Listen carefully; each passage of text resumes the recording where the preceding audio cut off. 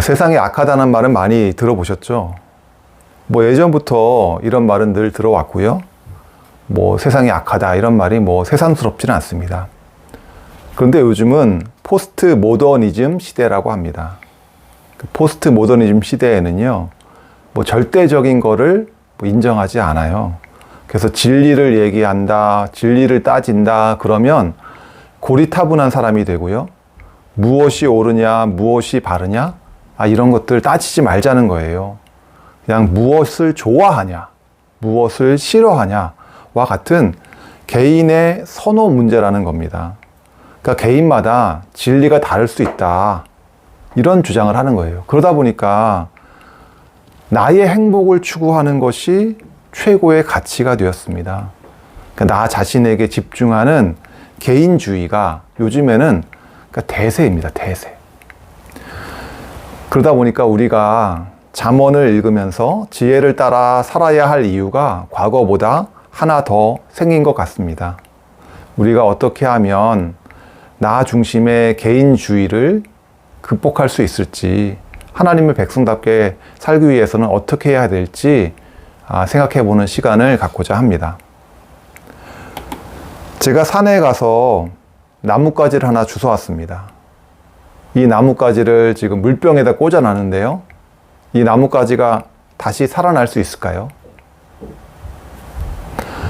시간이 흐르면 얘는 어떻게 될까요? 아마도 점점 나뭇잎이 마르고 결국에는 이 나뭇가지는 죽고 말 겁니다. 왜요? 뿌리가 없잖아요. 나무의 본체와 뿌리와 분리되어 있는 나뭇가지는요, 살 수가 없습니다. 그런 것처럼 우리 인간도 마찬가지예요. 하나님과 분리되어 있으면, 영적으로 분리되어 있으면 그것을 영적인 사망이라고 부릅니다.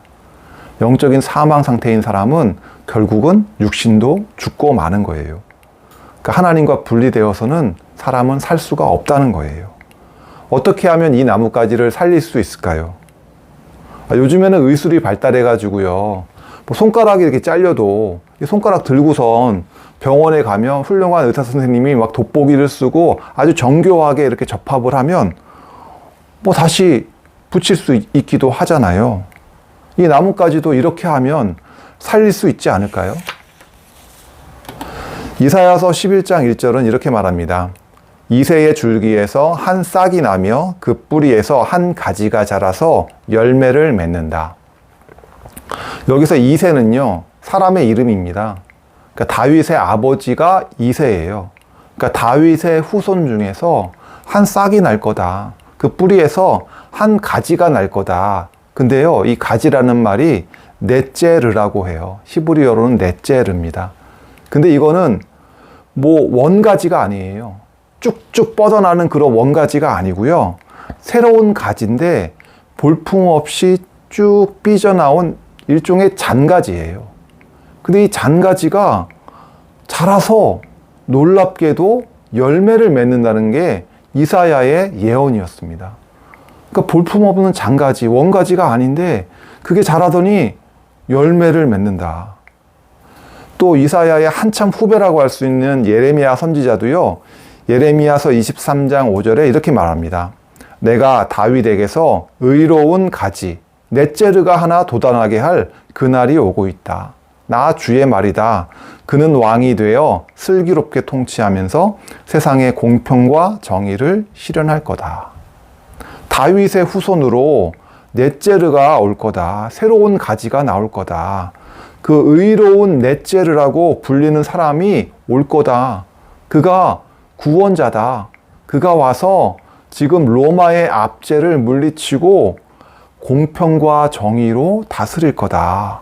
이렇게 예레미야는 이사야와 마찬가지로 예언을 했는데, 새로운 그 가지, 넷제르가, 볼품없는 그 가지가 왕이 될 거다, 구원자다라고 더 발전시켜서 예언을 했어요.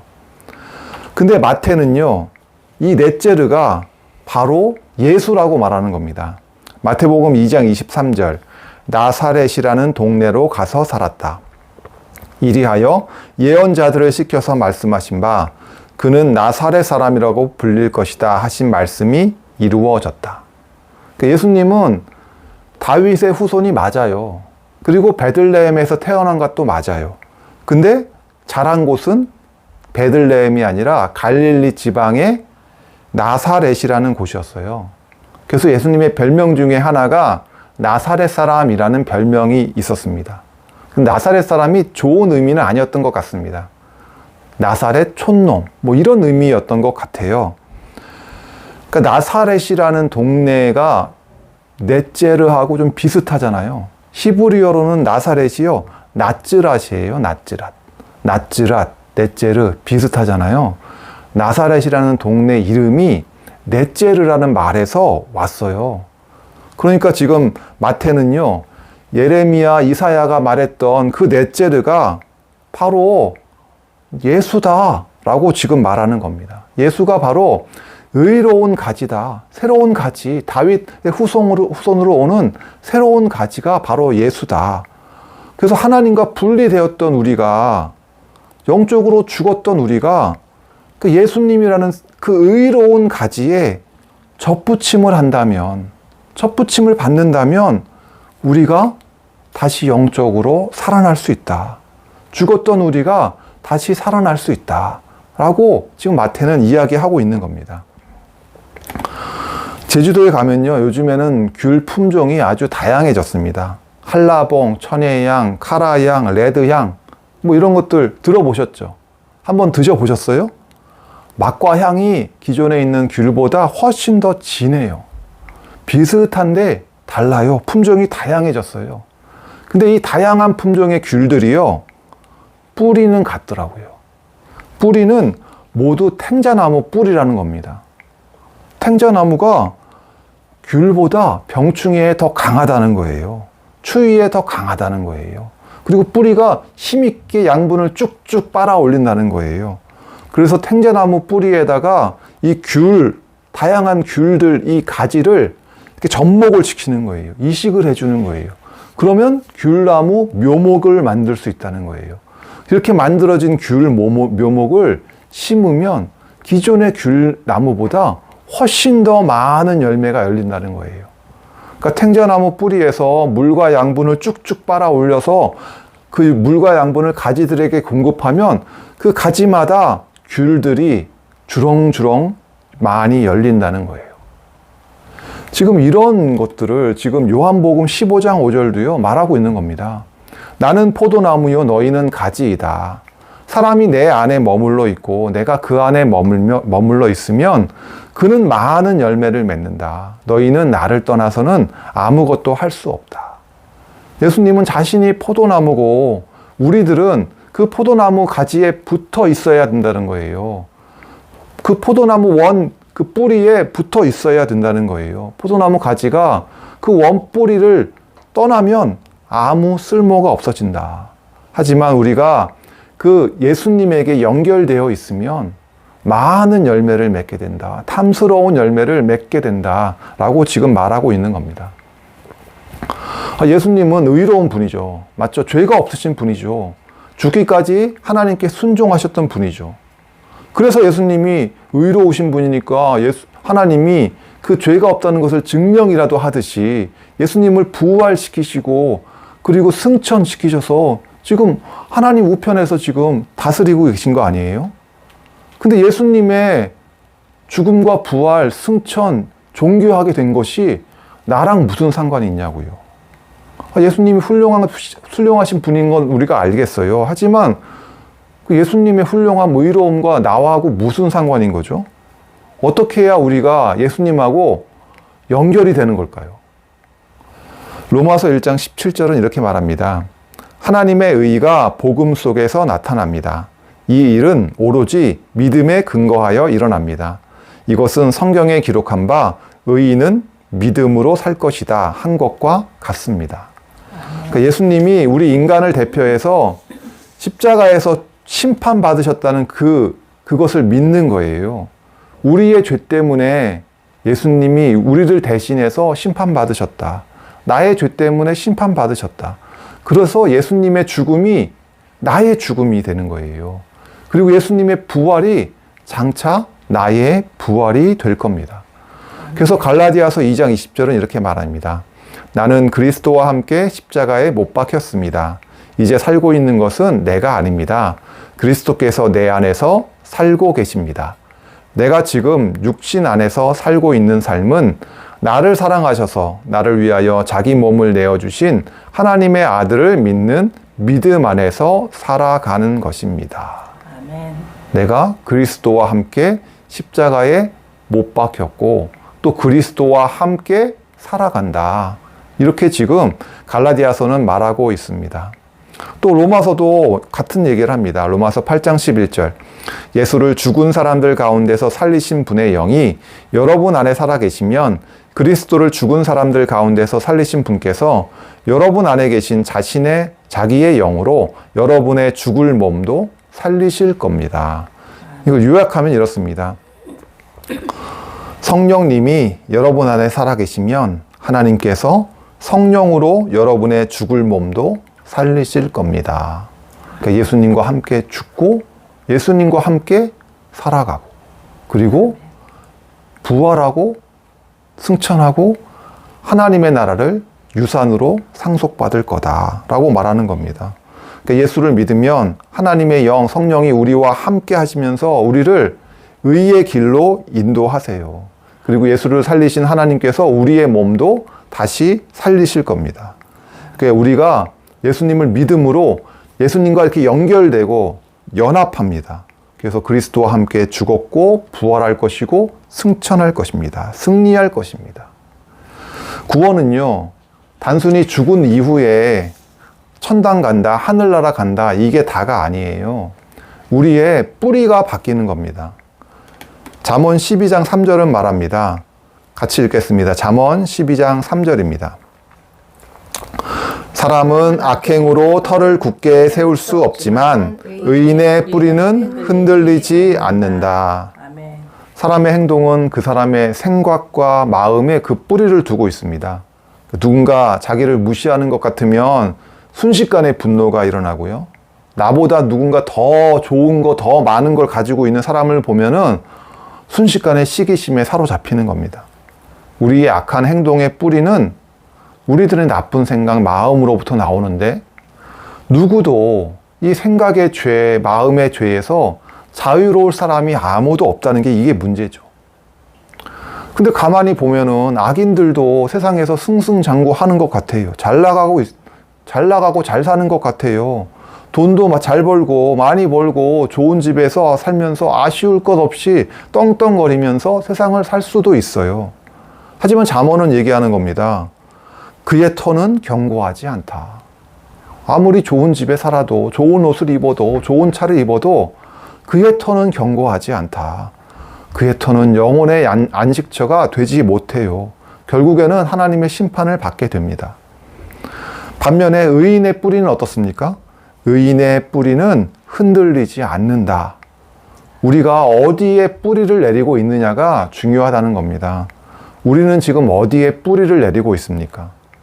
제가 아까 말씀드렸죠. 예수님을 믿는다는 거는 예수님과 연합한다는 거고 우리의 뿌리가 바뀌는 거예요. 우리의 마음의 중심이 변화하는 겁니다. 그래서 삶의 동기와 목적도 다 변화되는 거예요. 뿌리가 가지에 영양분을 공급하듯이 우리의 뿌리이신 예수님으로부터 우리가 능력을 공급받는 거예요. 예수님의 그 의로움을 공급받고 생명을 공급받아서 또 지혜를 공급받아서 그래서 우리가 하나님이 기뻐하시는 좋은 열매들을 맺게 되는 겁니다. 지금까지 나 중심으로 나와 내 가족만을 생각하면서 살던 내가 이제는 하나님을 생각하고 내 주변에 도움이 필요한 이웃들을 생각하면서 살 수 있게 되는 거예요. 그래서 하나님 사랑, 이웃 사랑을 실천할 수 있게 되는 겁니다. 나 이외의 다른 사람들, 도움이 필요한 주변에 있는 사람들을 무관심하게 대했던 내가 이제는 변하는 거예요.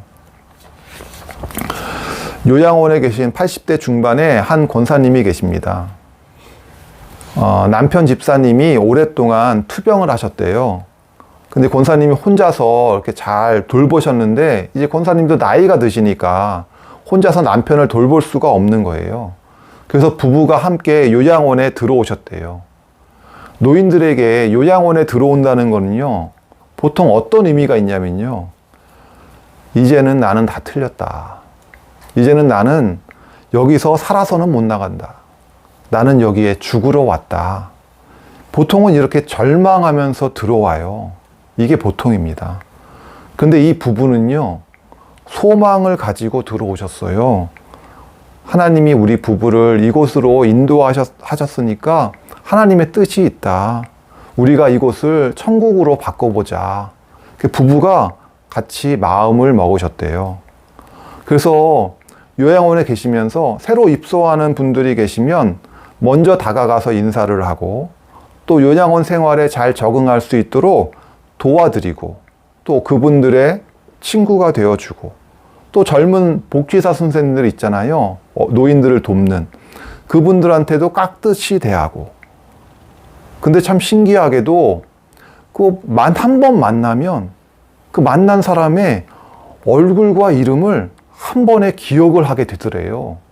그러니까 사람들과 더 친밀하게 만날 수 있게 되고 또 그들의 친구가 되고 그 요양원에서 24시간을 같이 생활하면서 새로 친구를 사귀고 친구들에게 죽음 이후의 삶에 대해서 영생에 대해서 같이 이야기하면서 복음을 전하시더라고요. 그러면서 마음의 소원을 품으셨어요. 목사님을 좀 모셔서 이곳에서 예배를 좀 드렸으면 좋겠다. 이런 소원을 가지고 부부가 기도하셨는데 그 요양원의 원장님은 믿지 않는 분이셨어요. 그런데도 그 원장님한테 요청하고 또 요청하셨다는 거예요. 이 집사님, 권사님 부부가 끈질기게 요청하셔가지고 그 요청을 원장님이 받아들이셨어요. 근데 아쉽게도 남편 집사님은 지난 봄에 돌아가셨고 저는 그 이후부터 예배를 가서 인도하게 되어서 저는 아쉽게도 그 남편 집사님은 생전에 만나 뵙지를 못했어요. 근데 제가 처음에 그곳에 갔는데 권사님이 자기 기도가 응답됐다고 자기와 남편이 그동안 원했던 그 일이 이루어졌다고 저를 그렇게 반겨주시더라고요. 거기엔 다 이런 사연이 있었던 거죠. 그리고 그때부터 매주마다 반년 넘게 그곳에서 예배를 제가 드리고 있어요. 근데 예배에 참석하는 인원이 한 명씩 점차 늘어나는 거예요. 그래서 저는 새로 입소하시는 분들이 교회 다닌 분들이 하나씩 더 오시는가 보다, 예배에 참석하시나 보다, 좀 이렇게만 생각을 했어요.